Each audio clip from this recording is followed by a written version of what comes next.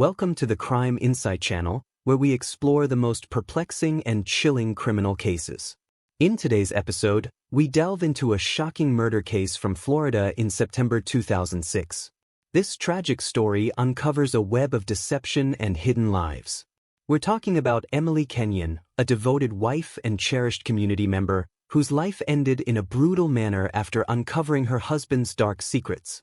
Emily Kenyon was a 37-year-old resident of West Palm Beach, Florida. Known for her warmth and kindness, she had a special fondness for snakes. Emily worked as a curator at a local reptile house, where she cared for a variety of snakes, including pythons, boas, and even a rare green mamba. Outside of work, Emily was an avid gardener, spending her spare time nurturing her plants and flowers. Emily attended the University of South Florida, where she studied biology. It was there that she met Marlon Kenyon, and they married soon after her graduation. They settled into a cozy house with a large backyard, ideal for her gardening and snake enclosures. Emily was especially close to her younger brother, Brian, who taught in Orlando. She was deeply involved in her community, volunteering at the local animal shelter, organizing charity events, and being an active member of the West Palm Beach Garden Club, where she frequently shared gardening tips with friends and neighbors. Emily was widely admired for her friendliness, her willingness to help others, and her vibrant personality. In September 2006, Emily's life took a dramatic turn. She discovered that her husband, Marlon, was secretly married to another woman named Zara Pinnock, who Emily knew as her gynecologist. This revelation was a devastating blow. Emily confided in her close friend and colleague, Robert Banjevac, who shared her love for snakes. Concerned for her safety, Robert advised her to be cautious. Despite the upheaval, Emily chose to confront Marlon to demand answers and figure out her next steps. She continued with her daily routines, working at the reptile house and tending to her garden. Emily even participated in a community fair, helping with a snake exhibit and delighting in the children's amazed reactions. During this tumultuous time, Emily also discovered that she was pregnant. This news added to her emotional stress, but she remained hopeful about the future. She planned to visit her brother in Orlando to discuss her situation and seek advice. Tragically, Emily never got the chance to share her plans. Her life was cut short before she could resolve the turmoil caused by Marlon's betrayal. On the morning of September 10, 2006, West Palm Beach was shrouded in overcast skies, hinting at rain. Around 7:30 a.m., Linda Ross, Emily Kenyon's neighbor, was walking her dog, Harrove Lansky, when she noticed something amiss. Linda was accustomed to seeing Emily working in her garden at this time, but today, the backyard was eerily silent. Concerned, Linda went to check on Emily. As she approached the backyard fence, she saw Emily lying on the ground near her favorite rose bushes. Linda's alarm grew as she realized something was terribly wrong. She called out to Emily but received no response. With rising anxiety, she opened the gate and rushed to Emily's side.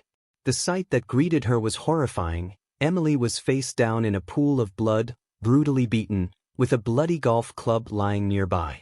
Panicked, Linda immediately dialed 911, her hands trembling as she spoke to the operator.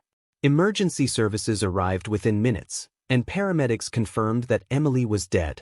Still in shock, Linda was asked to sit down and calm herself. The neighborhood was soon swarming with police cars and curious onlookers peering through their windows, trying to grasp what had happened. News of Emily's death spread quickly, and local media, including the Palm Beach Post, reported on the incident. The residents of West Palm Beach were left in disbelief and mourning the loss of a beloved community member. The police were determined to find out who was responsible for this brutal crime. At approximately 7:45 a.m. on September 10, 2006, the West Palm Beach Police Department arrived at Emily Kenyon's home. The sky remained overcast with rain still threatening. Detectives James Avery and Avery Brooks were leading the investigation, understanding that every minute was crucial. Detective Avery, known for his sharp eye and composed manner, took charge of the scene. His partner, Detective Brooks, was meticulous and methodical, ensuring that evidence was preserved. The backyard had transformed into a crime scene, and the once beautiful garden resembled a battlefield. Blood was splattered across the grass and patio, and an overturned pot lay next to Emily's body. Detectives quickly noticed the bloody golf club beside Emily, which appeared to be the murder weapon. Emily's body bore the signs of a violent struggle, with multiple wounds to her head and upper body. The scene was chaotic, with broken flower pots and scattered gardening tools indicating a fierce attack. Forensic experts arrived shortly after the detectives. They carefully collected evidence, including the golf club, blood samples, and potential DNA evidence. They photographed every angle of the scene, ensuring nothing was overlooked. The crime scene unit also dusted for fingerprints on the golf club and nearby surfaces. Detectives Avery and Brooks began their investigation by speaking with Linda Ross, the neighbor who had discovered Emily's body. Though still shaken, Linda provided a detailed and consistent account of what she had seen, which helped the detectives establish the initial timeline. As the investigation continued, detectives canvassed the neighborhood, interviewing other residents to determine if they had noticed anything unusual that morning. Some neighbors reported hearing a loud argument the previous night, but no one had seen anyone enter or leave the Kenyon property. Inside the house, detectives searched for further clues. They looked for signs of forced entry but found none, suggesting that Emily might have known her attacker. They also checked for any missing or disturbed personal items. Emily's purse and cell phone were still in the house, ruling out robbery as a motive. Detectives Avery and Brooks understood the urgency of their task. The evidence indicated a personal motive, and they were determined to uncover the identity of the perpetrator. They reviewed the evidence and prepared to question those closest to Emily, starting with her husband, Marlon Kenyon. At 35 years old, Marlon Kenyon seemed to lead a perfect life. He was a successful financial advisor in West Palm Beach, known for his charm and good looks. However, Marlon Kenyon was concealing a dark and troubling secret. He was leading a double life. Beyond his marriage to Emily, he was also secretly married to another woman, Zara Pinnock, in Miami. Emily uncovered this shocking truth just days before her murder, which placed immense strain on their marriage. Even more startling, unknown to both of his wives, Marlon had a hidden career as a gay adult film star under the alias Ash Ketchum. Detectives James Avery and Avery Brooks brought Marlon in for questioning on the very day Emily's body was discovered. The interrogation took place at the West Palm Beach Police Department. Marlon appeared calm and composed, but the detectives were resolute in their quest for the truth. "Marlon, can you tell us where you were last night?" Detective Avery asked. "I was in Miami on business," Marlon replied. "I stayed at a hotel, you can verify it." "Did Emily know about your other marriage?" Detective Brooks inquired. "Yes, she found out recently," Marlon said. "It's been difficult for us, but I would never harm her." The detectives verified Marlon's alibi. He claimed to have been staying at the Hilton Miami downtown, a reputable hotel. Records confirmed his check-in. However, the timeline raised suspicions. Marlon could have driven back to West Palm Beach, committed the crime, and then returned to Miami. Despite his calm demeanor, Marlon's secret life presented a strong motive. Emily's discovery threatened to expose him, and he had much to lose. The detectives found Marlon's calmness unnerving, as if his responses were rehearsed. They continued probing into his whereabouts, his relationship with Emily, and his hidden life. Marlon insisted on his innocence, claiming he loved Emily and would never hurt her. The detectives knew they needed more evidence to prove his guilt. Marlon was released but remained under surveillance. Detectives Avery and Brooks pressed on with their investigation, hoping to uncover something linking him to the crime. They interviewed Marlon's co-workers, examined his financial records, and spoke with his second wife, Zara, who was also shocked by the revelations. The case against Marlon was growing, but they needed a critical piece of evidence, a smoking gun, to secure a conviction. The second suspect in Emily Kenyon's murder was Zara Pinnock, Marlon's other wife. Zara, a 30-year-old gynecologist, was known for her dedication to her patients at a Miami clinic. She was compassionate, hardworking, and respected in her field. Unbeknownst to her, she was entangled in Marlon's secret double life. When detectives Avery and Brooks contacted Zara on September 12, 2006, she learned about Emily's murder and Marlon's deception. Zara had no idea that Marlon was married to another woman. The detectives drove to Miami to speak with her at her clinic. Zara greeted them with a pale and distressed demeanor. Her genuine reaction and willingness to cooperate made it clear that she was as much a victim of Marlon's deceit as Emily had been. Zara provided the detectives with Marlon's schedule and details about his behavior over the past few weeks. Despite her shock and sadness, Zara remained composed. She explained that she had last seen Marlon on the evening of September 9th, when he left for what he claimed was a business trip to Miami. Zara had no reason to doubt him, but now felt a profound sense of betrayal. The detectives asked Zara if she had any reason to believe Marlon might harm Emily. "No," Zara responded. "I never imagined he was capable of something like this. He was always so caring and attentive. But now, I don't know what to believe." After the interview, detectives Avery and Brooks reviewed Zara's statements and alibi. They confirmed that she was indeed at work the night of Emily's murder, making it impossible for her to have committed the crime. However, her testimony provided valuable insight into Marlon's character and possible motives. Zara's heartbreak and anger at Marlon's betrayal were evident, and she cooperated fully with the investigation, eager for justice for Emily. With Zara cleared as a suspect, the detectives refocused their efforts on Marlon. They felt they were closing in on the truth but needed more evidence to solidify their case. They hoped that further investigation would reveal the final pieces of the puzzle. On September 15, 2006, 5 days after Emily Kenyon's murder, new evidence surfaced. The weather that morning was sunny with a light breeze, offering a brief respite from the recent gloom. Around 9 a.m., Detective James Avery received a call from a local pawn shop owner, Henry Guanabo.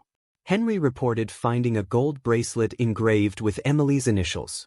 Detectives Avery and Brooks hurried to Turner's pawn shop on CLA Street, a well-known shopping area in West Palm Beach. The shop was small but filled with various items, from old guitars to vintage jewelry. Henry handed the bracelet to Detective Avery, explaining that a man had tried to sell it 2 days ago. The detectives examined the bracelet, recognizing it immediately as one Emily frequently wore. Henry described the man who had attempted to sell it, and his description closely matched that of Emily's close friend and co-worker, Robert Banjevac. This crucial lead suggested that Robert might be involved. The detectives took the bracelet back to the police station for further analysis. Forensic experts confirmed that the bracelet belonged to Emily and found fingerprints on it that matched Robert's.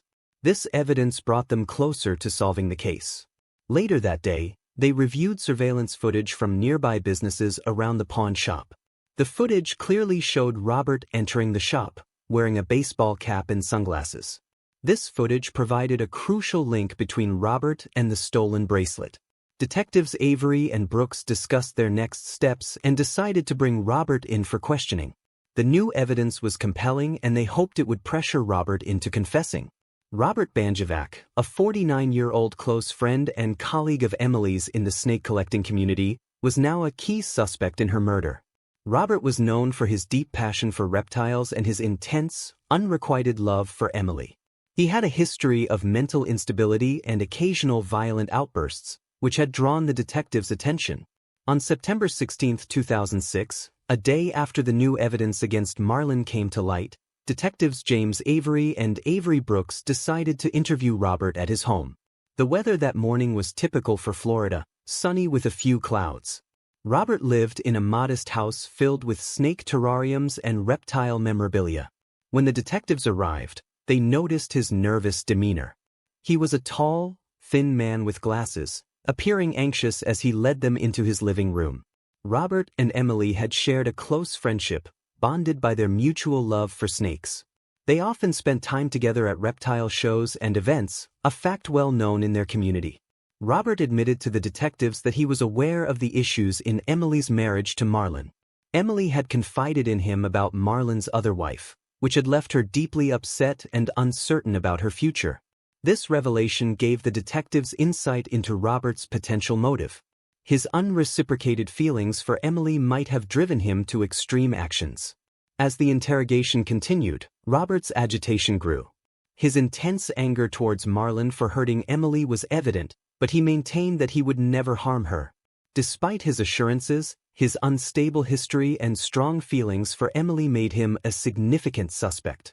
Robert's alibi for the night of the murder was weak. He claimed to have been home alone tending to his snakes, but no one could confirm his story. The detectives noted Robert's increasing distress as he expressed regret for not being able to save Emily and his sadness over their unfulfilled relationship. Further investigation revealed that Robert had visited Emily's garden the day after the murder. He claimed the visit was to check on her snakes, but the timing raised suspicion. Neighbors reported seeing Robert's car leaving late on the night of the murder and returning early the next morning, contradicting his claim of being home. The detectives also examined Robert's medical history and found past treatment for depression and anger issues. His troubled past, combined with his intense feelings for Emily, painted a picture of a man who could potentially commit a crime of passion. Despite his emotional state and suspicious behavior, the detectives needed more concrete evidence to determine his involvement in Emily's murder. They continued to monitor him closely while gathering additional clues to either implicate or clear him in the case. A breakthrough in Emily Kenyon's murder case came on September 18, 2006. The morning was overcast and humid, typical for West Palm Beach in late summer. The detectives had been tirelessly piecing together clues when new evidence emerged from an unexpected source: a neighbor's security camera. The camera, installed to monitor the neighbor's yard, had captured part of Emily's backyard on the night of the murder. The footage showed Marlon Kenyon entering the backyard with a golf club and moments later, leaving with blood on his clothes. Detectives Avery and Brooks reviewed the footage and realized they had obtained critical evidence. The footage clearly placed Marlon at the crime scene with the murder weapon. They prepared for Marlon's arrest, knowing it was a crucial step in bringing justice for Emily. At 3 p.m., under a cloudy sky, the detectives arrived at Marlon's office. Marlon was in a meeting discussing financial plans with clients. The detectives waited in the lobby, observing him through the glass walls. Marlon appeared confident and composed, unaware of the impending storm. When the detectives entered the room and announced his arrest, Marlon's reaction was one of shock and anger. He loudly protested, stripping off all his clothes and insisting on his innocence. The detectives handcuffed him and read him his rights while his colleagues watched in stunned silence. Marlon's calm facade had finally shattered in dramatic fashion. Marlon was taken to the West Palm Beach Police Department for booking. During interrogation, he continued to deny any involvement in Emily's murder. However, the evidence against him was overwhelming. The fingerprints and security footage painted a damning picture of Marlon's guilt. As Marlon awaited trial, the community grappled with the shocking revelations. Emily had been a beloved member of the community, and her murder left a significant void. The arrest of her husband, a man who had seemed so charming and trustworthy, was a stark reminder of the hidden darkness that can lie beneath the surface. Marlon Kenyon's trial for the murder of his wife Emily Kenyon began on December 1, 2004. The courthouse in West Palm Beach buzzed with media attention, drawing reporters from local news stations. The courtroom was filled with Emily's family, friends, and curious onlookers, all eager to see justice served. The prosecution was led by Carla Matthews, a 45-year-old seasoned attorney known for her relentless pursuit of justice. Matthews presented a strong case, starting with the shocking evidence: the security camera footage showing Marlon with a golf club, the blood-stained clothes, and the pawned bracelet with Emily's initials. She argued that Marlon's motive was to silence Emily after she discovered his double life and threatened to expose him. The defense attorney, Mike Travin, a 50-year-old veteran lawyer with a reputation for defending difficult cases, argued that Marlon was innocent. He claimed the evidence was circumstantial and suggested that someone else, possibly Robert Banjevac, could have committed the crime out of jealousy and anger. Throughout the trial, Emily's family watched with a mix of hope and grief. Her parents sat in the front row, clutching each other's hands tightly, while her sister wiped away tears. Testimony from Emily's friends and co-workers painted a picture of a kind and loving woman whose life was tragically cut short. On December 15, after weeks of testimony and 3 days of deliberation, the jury reached a verdict. The courtroom fell silent as the foreman stood to read the decision. Marlon Kenyon was found guilty of first-degree murder. Gasps and whispers filled the room, followed by tears and hugs from Emily's family. Marlon was sentenced to life in prison without the possibility of parole. Emily's brother addressed the court, emphasizing the gravity of Marlon's betrayal and its impact on his family and the community. Marlon showed little emotion as he was led away in handcuffs, his once confident demeanor replaced by a blank stare. The verdict and sentencing brought a sense of justice to Emily's family and friends. While the pain of losing her would never fully heal, they found solace in knowing that Marlon would pay for his crime. The community, too, felt a measure of relief as the trial's conclusion marked the end of a dark chapter. After Marlon Kenyon was sentenced to life in prison without parole, the lives of those involved in Emily Kenyon's case slowly began to move forward. The trial, which concluded in December 2004, left a lasting impact on everyone. Emily's family struggled to cope with her loss. Her parents found some comfort in their community and the support of friends. They established a scholarship fund in Emily's name at the University of South Florida, hoping to help aspiring snake enthusiasts follow in her footsteps. Zara Pinnock, Marlon's second wife, faced her own challenges. Shocked and heartbroken by Marlon's betrayal and crimes, she decided to leave West Palm Beach and return to her hometown of Trenton, New Jersey. Robert Banjevac, Emily's close friend and colleague, struggled deeply with her death and the brief suspicion cast on him. After the trial, Robert sought therapy to deal with his grief and mental health issues. He continued to care for Emily's snakes, ensuring her legacy lived on through their well-being. Marlon Kenyon, now serving his life sentence, remained largely silent. His double life and the tragic consequences of his actions became subjects of ongoing discussions among fellow inmates and prison staff. His fall from grace served as a cautionary tale about the destructive power of secrets and lies. Emily Kenyon's tragic death had a profound impact on everyone involved. While justice was served, the pain of her loss lingered. The community's efforts to honor her memory and support each other highlighted the resilience and strength that emerged in the wake of such a devastating event. Emily Kenyon's life was cut short by the deceit and desperation of those she trusted most. Her story serves as a stark reminder of the fragility of trust and the devastating consequences of betrayal. Thank you for joining us on this episode of True Crime Case Files. Until next time, stay vigilant and stay safe. If you're interested in more real-life murder mysteries, be sure to like and subscribe to our channel. Do you have any thoughts about this case or another case you'd like us to investigate? Leave us a comment. Until then, stay safe, true crime case solvers.